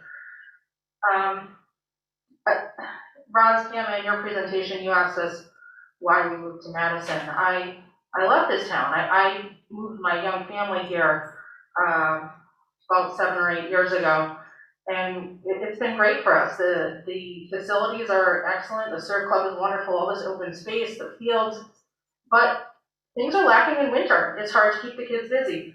Mine are 8 and 4 right now, but they're gonna become teens in just a few short years. And I really would like to see this in our town. I want them to have a place to go. I want a place to go to just meet people and not have to spend money necessarily to do so, but still enjoy the downtown. So I view this as an excellent investment for our community. Not to mention, that building is rotting away as we speak, and this is really our last chance to save it. We see how long this process takes, and if it's not a yes vote now, then it's gone. It can be a community center now, that would be great. If, 50, 100 years from now, the needs of the town change, we still have that great building, and it can become what we need it to be. Thank you.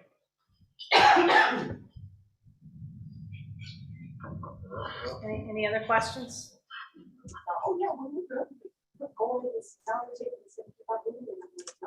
We do have some. I'm Tom Hanson. I've lived in town for over 30 years. And the only comment I would make is, since it is an up and down vote, what happens if the referendum is defeated? I know when the schools are defeated, usually they get repackaged and brought up again. What's the plan for Academy if it's defeated? Do we go to the second highest vote getter on the survey, or what are your thoughts on that? Maybe we haven't thought about that. Well, yeah, we've thought about it, but I think really this is where we go to the facilities committee now. There's a portfolio of properties, and what happens to the school? If the school passes, we're going to have other properties to deal with there too. So I think then we have to take a holistic view again, weigh all the different options that are available, and come forward with some other proposal. And there are people in town that just say tear it down and make it green space. So I think all of those things are going to be on the table. Everybody's going to have, the facilities committee will come up with, is there another use for the town? But I think we can't take this off the table without a decision, right, by the people of the town. And I think it's, hopefully it won't take another 17 years to come up with another option, but we'll have to see how that goes. And I think, to Catherine's point, it'll take a while to come back with something again. So, and I do worry about the condition of the building and what would happen to it. And if people really want to preserve it, it's going to take a little while to come up with Plan B. We have a long list of Plan B ideas because we've had 15 committees coming up with them for the last 17 years. So, but we'll have to step back and take a look again. There's questions on the Zoom. Oh. Can I just ask one question? If it goes down, how would we know if it went down because of $16 million versus community center? Or what if people would like a community center? Maybe they wanted half that size. They wanted the size of Guilford's, and they don't want to spend $16 million. Would we have any way knowing that? We'd have to come back to the drawing board. Well, I feel that we vote things down a lot the first time, and then there's supposition about why it got voted down. And I think one of the things that we would benefit from is doing some sort of survey work about why people voted against that. I think that's part of what the tri-board had done after the last. It wasn't an official survey, but there was a lot of community outreach to hear why people voted down the school proposal a couple of years ago. So I would advocate that we would then go out and try to get a better sense. But I have to say, polls are very expensive, and they're more expensive than referendums. I hate to say that, but it really is true. I think the Great Poll was 60,000 and change, and then if you add on the overall can be about $50,000 after several years. Yeah, so, and surprisingly, not that referendums are cheap, but they do cost money. But it's, this is a true vote, at least. So, but you can do survey work, as we've been doing all along. The town always does, to reach out to the public to get some input. Yes. If I can just say one thing, because I have to walk away from here with a takeaway, and my takeaway is that you've done a great job today of presenting the building, the program, the way it benefits the town.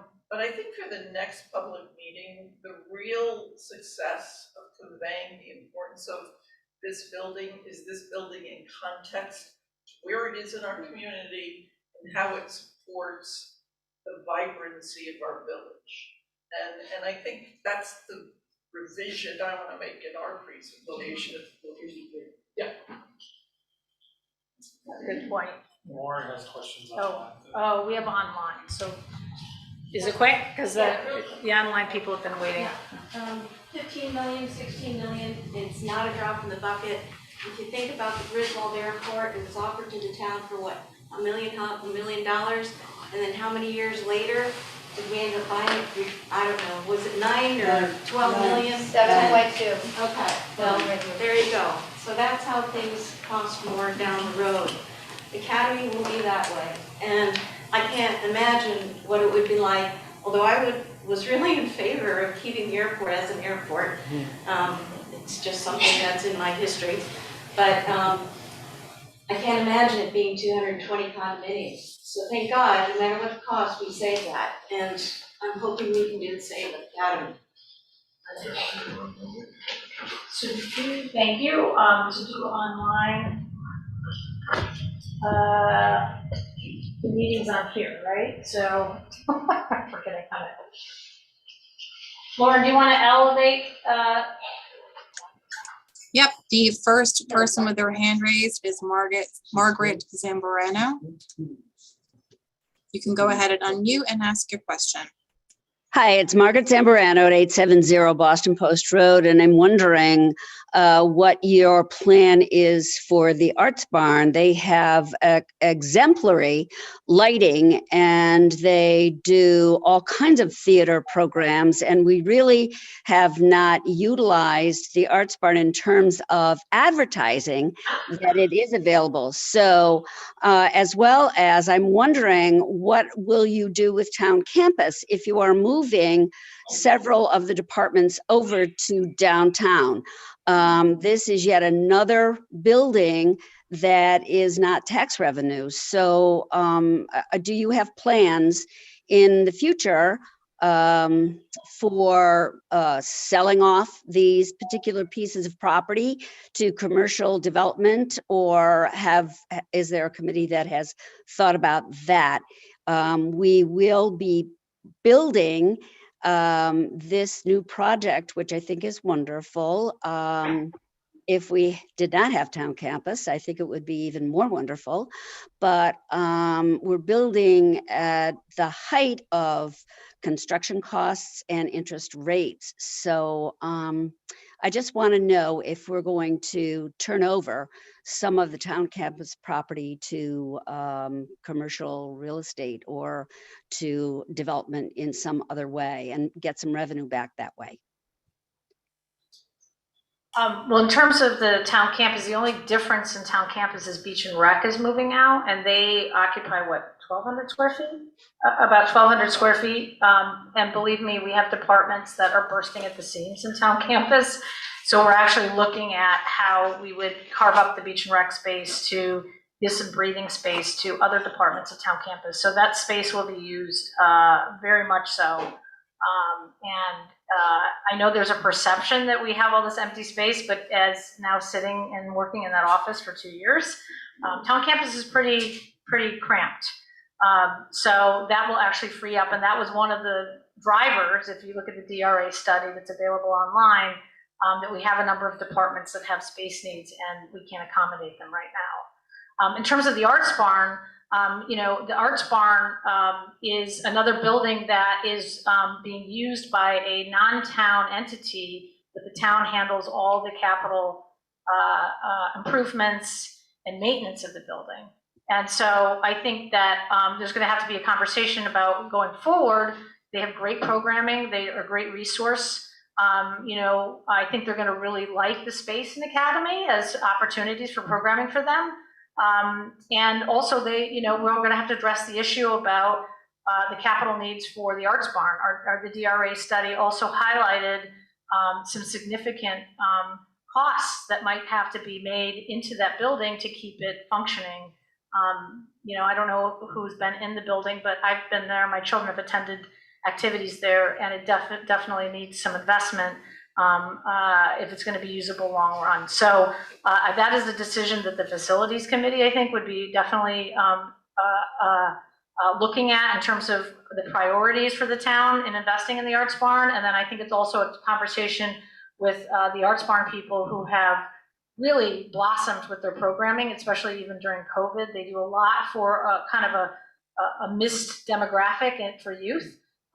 And so, you know, I think they will be obviously somebody that would be interested in using some of the space in the academy at one point. And this is where that committee needs to weigh owning space versus using and borrowing space. And that's what I'm learning is a tough balance that has to be had. And so, but the Arts Barn has definitely been top of mind as, you know, somebody that will be, you know, looking at and evaluating their opportunities with Academy. Anybody? The next question? Yep, the next person with their hand raised is Jackie Fritzinger.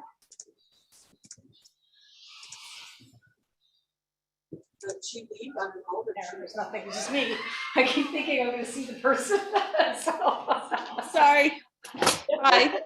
Hi, Jackie Fritzinger from 8 Cambridge Drive. Thank you so much for this presentation. I'm all for it. Just a quick question. Has any thought been given to the potential need for parking additional cars in addition to the 90 spots that would be available around Academy on the days that a maximum crowd of potentially 300 people attend a performance? We've talked a lot about parking, and we've had Colliers look into that. You know, I think the view is, you know, there's going to be more than enough parking when you talk about a one-off event. Obviously, you know, you don't build parking lots to accommodate a one-off event, but there's a lot of thinking behind how we would manage that. So I don't know, Bill. Well, there could be. Yes, it's a very valid question. In addition to the 90 parking spots on site, we could implement diagonal parking all along Academy Street. In the off hours in the evening, the community center parking lot will be available. We could potentially work out an arrangement with St. George's Church and the Congregational Church for additional parking. St. Margaret's, I'm sorry. If any of you attended any of the Sunday night concerts this past summer, there was a horde of people on the green, and cars were, when I say they were parked every which way, and almost every square foot of grass was occupied by a car. The entire Congregational Church parking lot, the senior center parking lot, and in a pinch, there's parking at the railroad station. So there are available alternatives. Okay, thank you. Andrew Wood has his hand raised.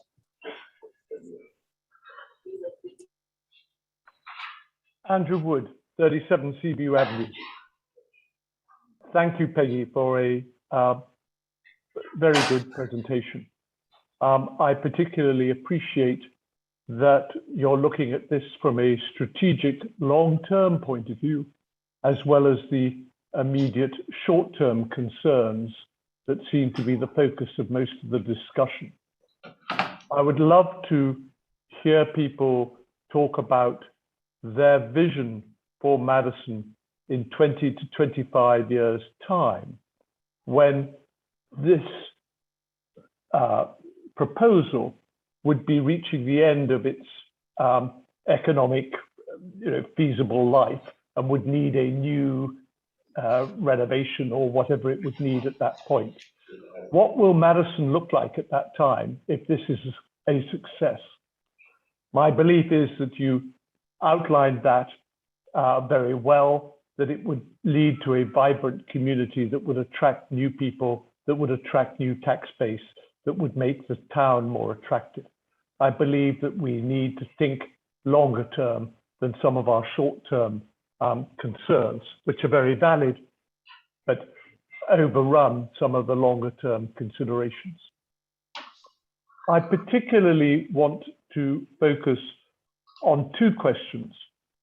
The first is, I'd like to understand whether or not this Board of Selectmen are unanimous in their support of the proposal, or whether there is a division between those that support it and those that don't. And if there is a division, what are the principal concerns and proposals of those that are against the proposal?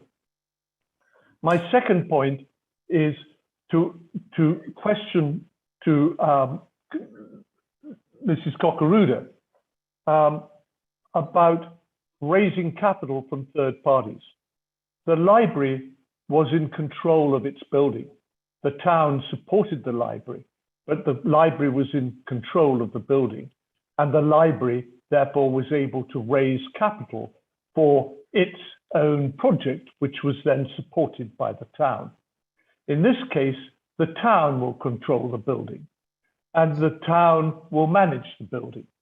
And so she was suggesting that third parties would raise capital towards it. Presumably the town would go out to those third parties and ask for their support, rather like they did at Strongfield, rather than ask a library type person or Shoreline Arts or someone like that to raise money for a building that they didn't control. So, but I thank you overall for a great presentation. I fully support this project. So I think in terms of, I mean, the board unanimously voted to send this forward and thought it was an appropriate project to bring to referendum. Noreen is here, and I know there were questions raised about just more information so that the public can have access to as much information as possible. You know, there was some desire to include additional information in what we were presenting to the public. But our board has voted it, you know, to move it forward. And as Noreen said earlier, that she believes the project is worthy enough for a public to vote on it. That, you know, I personally am supportive of the project itself in terms of seeing this turn into a community center. I think talking about some of the fundraising things, I think it could be an opportunity though, because to turn, you know, to upgrade the theater, people could raise money to turn the theater into something more than just a basic theater. So there are opportunities to fundraise, like we're doing with the dog park. I'm using an example, you know, the amenities, some of the extra bells and whistles that people would want to see and upgrades, and there could be an opportunity for the community to do that. That is something that the town has done before, and we could envision doing for this, because obviously we tried to be as mindful as cost as possible, and so we kept it pretty bare bones in terms of creating a nice space and some, but there's always, you know, things that you could put into theaters and gyms and art rooms and kilns and all these other equipment and things like that, that there might be an opportunity for public fundraising to support some of that. That's my thought on that. Rather than actually having it detract from the project. I think our better opportunities to go after grants right now to keep the cost of the project down. So I don't know, Noreen, if you want to comment on I think when it comes to raising money, it's all hands on deck. And I think when you talk about the library, it's an interesting relationship we have with the library. 90% of the library budget, I think it's 87, but it's really 90% of the education of the library budget the taxpayers of Madison cover. So it's an interesting, it's a private library, but funded almost. 84 this year. It's 84, but if you look at what's spent, it's really 90. If you take a look, numbers are interesting. But I think everyone has to be doing it.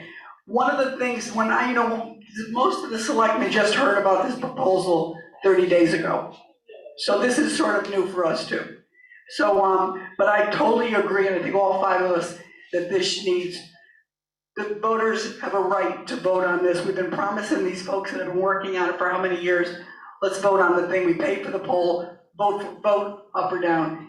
But I think moving forward, when this was presented to us, what was very different than a community center that I've ever heard of was that we were told Beach and Rec would run, operate the building, but the priority of use would be given to out-of-town groups. That was the thing, out-of-town groups. That's different than most community centers. No, we're not saying that that's, no. Well, that was told to us, if you go back and look at the tape at our first meeting. Anyway, so I just think out-of-town groups, I just think we all have to be at the table. We can get this down. There are groups that will really benefit from using it, and that's great.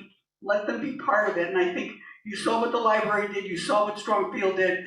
We should be doing, and it's everybody. It's not, you're right, the town people, selectmen, certainly proponents of the project, and definitely the arts community really needs to get behind this project, and really, so that the taxpayers aren't paying for the whole thing. It really has to be a real partnership. That's all, that's what my point was. Okay, Lauren, next question? Maybe we'll do another few more minutes. There seems to be a lot of questions in the queue, but it's been long. So there are no more participants with their hands raised. However, there are 2 questions in the Q&A chat box from Charles Venter. The first question is, and it might be a little bit of a duplication from prior questions, but I will read them into the record. The first question is, what buildings will be freed up and what savings will that bring the Youth and Family Services, Memorial Town Hall, and the Arts Barn buildings? And the second question is, the theater is not very big, but what costs have been included to make it workable as a true theater, such as lights, curtains, etc.? So I think we talked already about the Arts Barn and Youth and Family Services and how we'll be addressing those facilities. I don't, Mark, in terms of, there's some basic amenities obviously that are there, and that's what I was talking to, that if we want to go step it up a notch, we might want to look for community This will be a basic theater. This is not designed to be what's called state-of-the-art with every bell and whistle and acoustic accommodation possible and all the technology. It will be a basic space, but it will be very usable, and there will be a handicap access to the stage. Okay, all right. So I think that as I offered at the beginning, I know the website, we were going to try to have a question box. I don't know if it's up yet. So if it's not there under Academy on the website, you can email my office at lionsp@madisonct.org with your questions, and we'll make every effort to get those questions answered in a timely way. So with that, I want to thank everybody who attended here in person and stayed online. Encourage your friends and family members to also watch the video so they can educate themselves. There's a lot of information on the town website as well. And there'll be another public information session at Polson, I think is where we're having it now. Oh, the Hammonasset Room at Town Campus on January 5th. So there's another opportunity to come in person to that. Okay, thank you very much. Bye-bye. Thank you. Wow, it's 10 after 5.